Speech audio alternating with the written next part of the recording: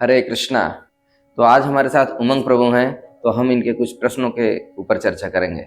Yes Prabhu ji. My first question is how to control our mind, and second question is how to get away from material attachments and bondings.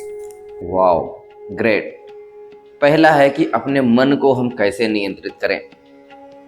तो पहले इस प्रश्न पे हम चर्चा करते हैं, ठीक है। तो मन को नियंत्रित करने की बात हम करते हैं तो पहले ये समझना आवश्यक है कि मन है क्या कि नहीं।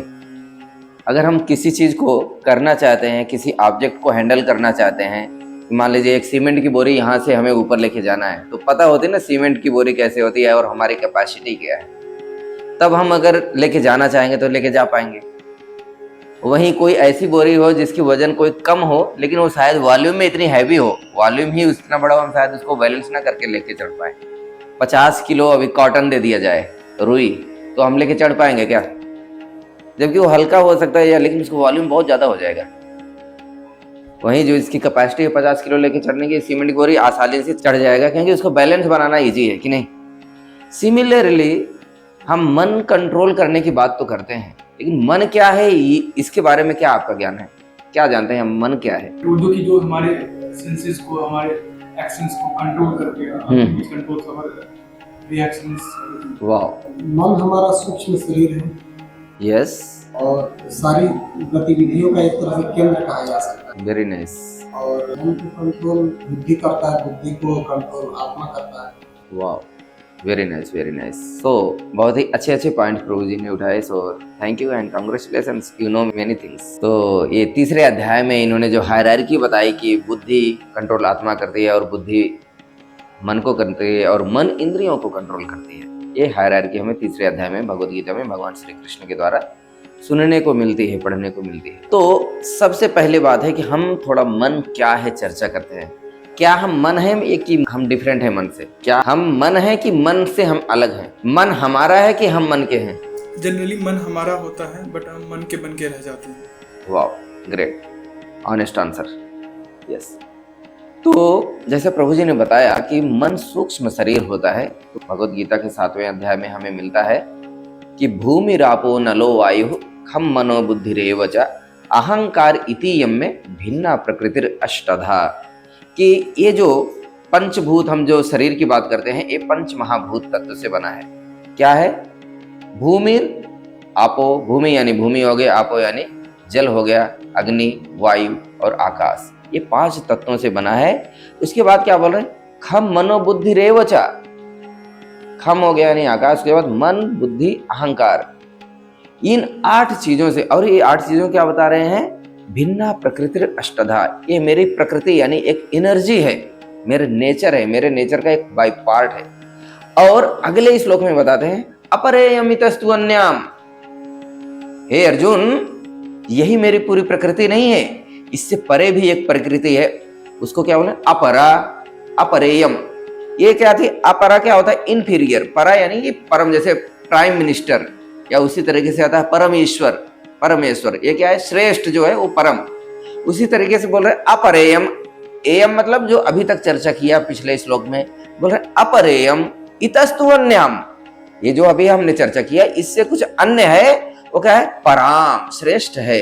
विद्धि में प्रकृति पराम, उस प्रकृति को जानो जो श्रेष्ठ है।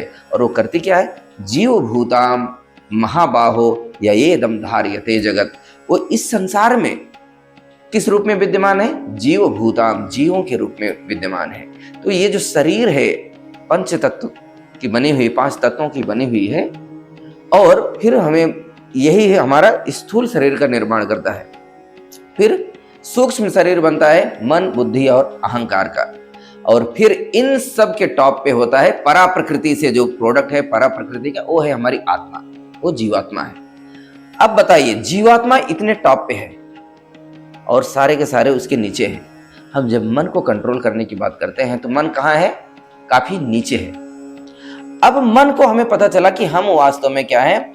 जैसे और दूसरे अध्याय में जब भगवद गीता में हम पढ़ते हैं, वहां बताते हैं कि हमारे मन जो होते हैं, हमारे जो इंद्रियां होती हैं, वो कार्य करती हैं। और हर इंद्रियों के पीछे, जैसे आप अभी सुन रहे हैं, लेकिन आप सुनने के साथ साथ देख भी रहे हैं, और देखने के साथ साथ स्मेल भी कर रहे हैं, स्मेल करने के साथ आपकी त्वचा से गर्मी और ठंडी का एहसास भी हो रहा है, या कुछ मच्छर का भी आ जाएगा बैठेगा तो भी एहसास होगा। लेकिन इस समय आपका प्राइम कौन सी इंद्रिय सबसे ज्यादा सक्रिय है? सुनने की। बहुत सही। और क्यों? अब सारे पांचों इंद्रियां तो सक्रिय ही हैं। ऐसा नहीं है कि आंखें सो रही हैं, सांस हम नहीं ले रहे हैं, स्मेल नहीं आ रही है, कुछ अगर रहेगी बदबू आएगी तो भी बदबू पता चलेगी, खुशबू आएगी खुशबू पता चलेगी। यानी पांचों इंद्रियां हर समय कार्य करते हैं, लेकिन उसके बावजूद कोई एक ही इंद्रिय सर्वशक्तिमान होके वहां पे यानी कि डोमिनेंट होती है, ज्यादा प्रभावशाली होती है। प्रायः ऐसा देखा जाता है कि नहीं? क्यों ऐसा होता है? उसमें बताया है भगवान ने, वायु नावम इमाम भसी, कि जैसे वायु के प्रभाव से नाव कैसे होते हैं, डगमगाने लगती है, वैसे क्या होता है, हमारा मन जिस इंद्रिय के पीछे लगा रहता है, जहां पे मन लगता है उसी इंद्रिय से ज्यादा काम लेता है। और कहां पे लगता है वो? जहां पे उसे ज्यादा इंजॉयमेंट। इस समय में उसको सबसे लग रहा है ज्यादा कि सुनने में ज्यादा उसे कुछ एंजॉयमेंट, या उसे बोले ज्यादा सेटिस्फैक्शन मिलने वाला है, इसलिए सुनने के ज्यादा मन, सुनने की इंद्रियों के पीछे ज्यादा मन रहेगा और सबको थोड़ा कम ध्यान देगा भी। उसी प्रकार से कोई, अभी मान लीजिए कोई ऐसा दृश्य हमारे सामने आ जाता है जो कि हमें बहुत अट्रैक्टिव लगता है, उस समय हमारे सुनने की क्षमता जो होती है जबकि चालू रहती है, लेकिन मन उसके पीछे नहीं, आंखों के पीछे जो हमें आंखों से जो एंजॉयमेंट या जो संतुष्टि मिलती है उसके पीछे रहता है। इसलिए अब क्या होता है, दूसरी एक परिभाषा है अब, और मन के और एक लक्षण है, या बोले कि मन के ये अपने शरीर के सापेक्ष में, हम अपने अस्तित्व के सापेक्ष में अभी तक बात की, लेकिन ये सारा हमारा अस्तित्व है ही कहां से? कहां से है ये अस्तित्व? हमारा अस्तित्व क्यों है? हम जीवात्मा है। और वेरी नाइस। और ईश्वर ने हमें बनाया किसी न किसी, वाह, ईश्वर ने हमें बनाया है किसी न किसी उद्देश्य से। अर्थात अभी हमने जो चर्चा की 2 श्लोकों की भगवद गीता के, कि हम क्या हैं, 5 तत्वों से बने हैं, फिर 3 तत्वों से हमारे सूक्ष्म शरीर बना है, फिर उसके बाद जीवात्मा है हम, जो कि भगवान के परा प्रकृति, यानी कि चाहे इंफीरियर अपरा प्रकृति की बात करें या परा प्रकृति की बात करें, वो सब किसकी है? परम भगवान की है, श्री कृष्ण की है।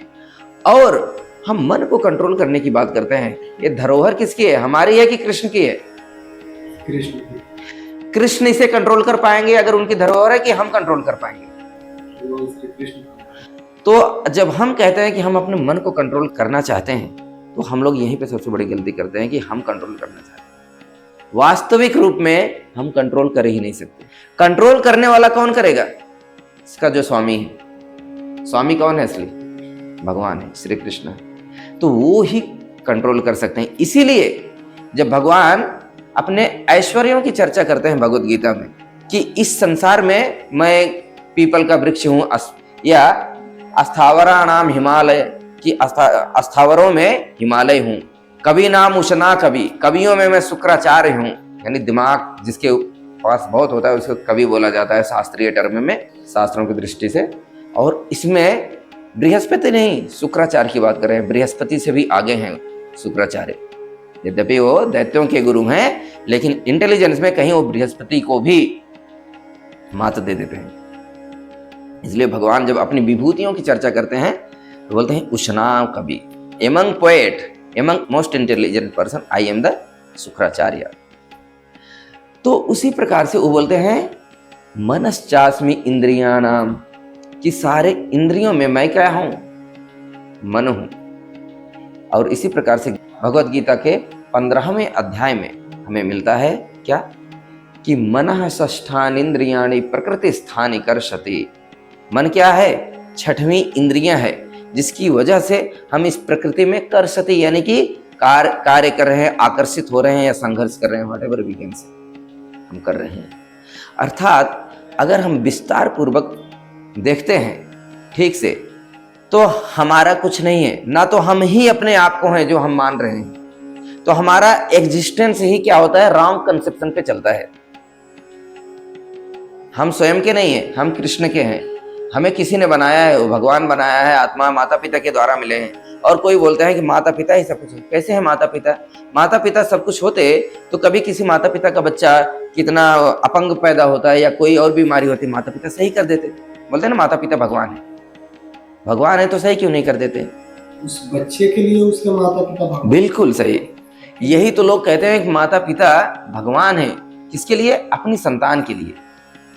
मैं वही बोलता हूं कि भगवान अगर हैं तो कभी कभी किसी माता पिता की संतान अपंग पैदा होती है, किसी ऐसी बीमारी से ग्रसित पैदा होती है, तो अगर वो भगवान है तो अपने उस संतान को क्यों नहीं सही कर देती? क्यों डॉक्टर के पास लेके जाती है? डॉक्टर नहीं सही कर पाते हैं तो कभी कभी बच्चे को असामयिक रूप से शरीर छोड़ना पड़ता है।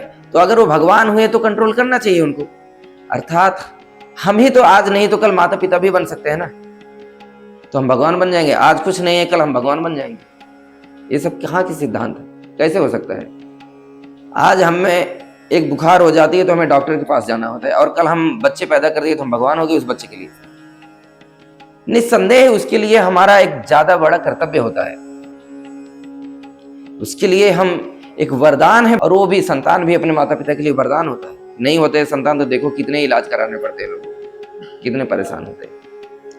अर्थात भगवान नहीं, मैं बोलता हूं कि चाहे माता पिता हो या संतान हो या जो भी धन संपत्ति, ये सब भगवान का वरदान है, वरदान है। जब तक हमारे पास है उसे ब्लेसिंग्स के रूप में स्वीकार करना चाहिए और भगवान का कृतज्ञ बनना चाहिए, माता पिता का कृतज्ञ बनना चाहिए कि वो नहीं देते माता पिता तो हम आज जहां बैठे हैं नहीं बैठ पाते। कुछ तो जितना भी उनकी क्षमता हुई उन्होंने किया, तो निस्संदेह वो हमारे लिए बहुत महान है, लेकिन भगवान भी नहीं। यही बात श्रील प्रभुपाद से किसी ने बोला कि श्रील प्रभुपाद आप भगवान हैं, आप गुरु हैं, आप भगवान हैं, ऐसे भगवान करके बोला। इसको बोले कि see how dangerous this philosophy is, कितनी गलत, कितनी खतरनाक, कि कल आप भी गुरु बन जाएंगे तो आप भगवान बन जाएंगे, आप कृष्ण बन जाएंगे। यही तो मायावाद सिद्धांत है। सन्यासी हो गया तो अपने आप को बोलते हैं कि नमो नारायणाय, मैं भी नारायण आप भी नारायण। एक सन्यासी दूसरे सन्यासी को उनके यहाँ पे ऐसे संबोधित करते हैं। आज तक मैं कुछ नहीं हूं, कल सन्यास आश्रम लिया, उसमें बहुत सारी क्वालिफिकेशन लगती हैं, निस्संदेह वो साधारण लोगों से अच्छे हैं, बहुत महान है निस्संदेह, लेकिन अब क्या नारायण बन गए? वो भी एक क्वेश्चन मार्क। अर्थात जो कुछ है सब कुछ तो भगवान का ही है। तो इस प्रकार से जब सब कुछ भगवान का है तो इसको सबसे ज्यादा बेस्ट रूप में कंट्रोल करने का अधिकार किस पे है? भगवान पे। भगवान ही बेस्ट रूप में कंट्रोल कर सकते हैं। इसीलिए जो भी मन को कंट्रोल करने की बात करता है वो प्रायः किसी न किसी योग पद्धति की बात करता है कि ध्यान योग करो। योग यानी कि हम एक जीवात्मा भगवान से जुड़ता है कि या किसी भी चीज से, जब किसी चीज का जुड़ाव होता है तो उसे योग कहते हैं। जैसे हम लोग पहले गणित पढ़ते थे हिंदी मीडियम में, तो योग को एक और एक के योग को बोलते हैं दो, और उसी को कभी कभी एक और एक को जोड़ना भी बोलते हैं, और कभी कभी योग करना भी बोलते हैं। यानी जब दो चीजें जुड़ती हैं उसे योग कहते हैं। वही हम आपसे बात कर रहे हैं तो हमारा आपसे योग हो रहा है। वही स्त्री पुरुष का संयोग होता है तो अगर वो पति पत्नी के रूप में है तो एक उनका अलग प्रकार का संयोग होता है, फिर संतानोत्पत्ति होती है। यानी ये सब योग है, अलग अलग क्षेत्रों में अलग अलग प्रकार का योग होता है। और वही जब जीवात्मा का परमात्मा या भगवान के संबंध में जब योग आता है तो नॉर्मली जो योग के रूप में प्रसिद्ध है भक्ति योग या अष्टांग योग, अलग अलग योग पद्धतियों के नाम से जाना जाता है। जब वो एक जीवात्मा और परमात्मा के बीच के संबंध में, एक्सचेंज में जब बातें होती हैं, क्रियाकलाप होते हैं, वही क्रियाकलाप हमारे बीच में हो रहा है, अलग लेवल का योग है। वही चीज किसी और के लेवल में अलग प्रकार की योग होता है, देश के संबंध में अलग प्रकार का हो गया, लेकिन वही परमात्मा के संबंध में वो परम योग कहलाता है। ठीक है, इसलिए सर्वोत्तम अधिकार कृष्ण का है मन को कंट्रोल करने के लिए। इसीलिए सारे आचार को ले लीजिए, कहीं भी आप पढ़िए, बोलते हैं समर्पित करो कृष्ण को, अपने आप को कृष्ण के बारे में सोचने में लगाओ, कृष्ण के ग्रंथ को पढ़ो, भगवान के विचारों को पढ़ो, भगवान हमसे क्या चाहते हैं वो करो। तो हम क्या होते हैं? श्री कृष्ण की इच्छा से एलाइन हो जाते हैं। एंड देन जब एलाइन हो जाते हैं, Krishna becomes pleased, and then in from within Krishna helps us to do whatever is wanted, जो चाहिए हमें करने के लिए। इसीलिए भागवतम आप कभी पढ़ेंगे तो उसमें आता है कि विधु नोति सुहृत सताम। श्री कृष्ण क्या करते हैं, जब कोई उनके बारे में चर्चा करता है, सुनता है, तो क्या करते हैं, वो हृदय में स्थित हैं परमात्मा के रूप में। And from there he become pleased, और उनके प्रसन्न होने की क्रिया मात्र से वो हमसे प्रसन्न नहीं होते हैं, बस उसी मात्र से अंदर ही अंदर से हमारी स्वच्छता शुरू हो जाती है। और जब वहाँ से स्वच्छता शुरू होती है इंटरनल, और वो भगवान के माध्यम से, साधु के माध्यम से, गुरु के माध्यम से, तब क्या होता है, real sense control, real mind control हो पाता है। नहीं तो एक समय के लिए होगा, 2 साल 4 साल या 1-2 मिनट के लिए, फिर हो गायब। लेकिन जो महानतम आचार्य जैसे श्रील प्रभुपाद या उनके जो वरिष्ठतम अभी शिष्य हैं, ये लोगों को कुछ नहीं होता है, असर नहीं पड़ता है, कितने भी डिस्टर्बेंस सिचुएशन होती है नहीं असर पड़ता है, because they are perfectly aligned with Krishna. Otherwise कितने भी बड़े लोग को ले लीजिए, वो देखो आज सही है, बड़े अच्छे लगते हैं, हम लोग हैं, देखो अभी हंसी खुशी में सब कुछ चलता रहता है, बाद में इतने डिस्टर्ब हो जाते हैं, because we are very tiny even in spiritual terms. हमारी स्पिरिचुअल जो भी अभी हम तो प्रोसेस में आए हैं, we are not that capable. तो इसलिए ultimate mind control will do by Krishna, उन्हें वही करेंगे अल्टीमेट माइंड कंट्रोल।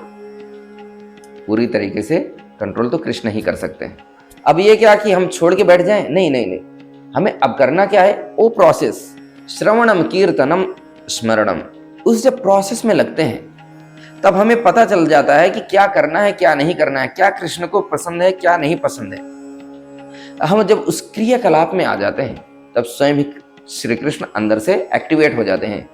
जैसे होता है ना कि कोई चीज बोलते हैं कि प्रोटोकॉल लिख दिया गया, या कोई वो डेटा होता है ना, हमने लिख दिया, फीड करके रख दिया वो पूरा का पूरा, और एक्टिवेट हो जाता है, इंटरनली काम करता है। So Krishna is attentively hearing from within and he become inspired to help us.